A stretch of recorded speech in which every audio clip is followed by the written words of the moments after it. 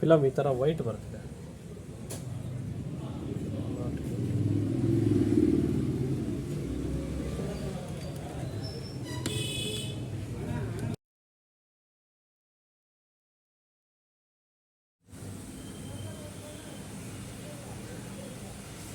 IC remove ಮಾಡ್ತಾ ಇದ್ದೀವಿ piece ಕೊಟ್ಟು ಬ್ಲವರಿಂದ.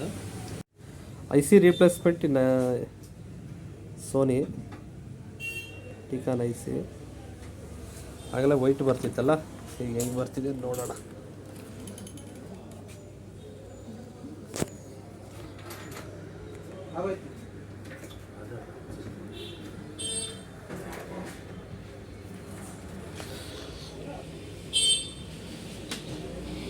Is okay. Done. 32V 400A model.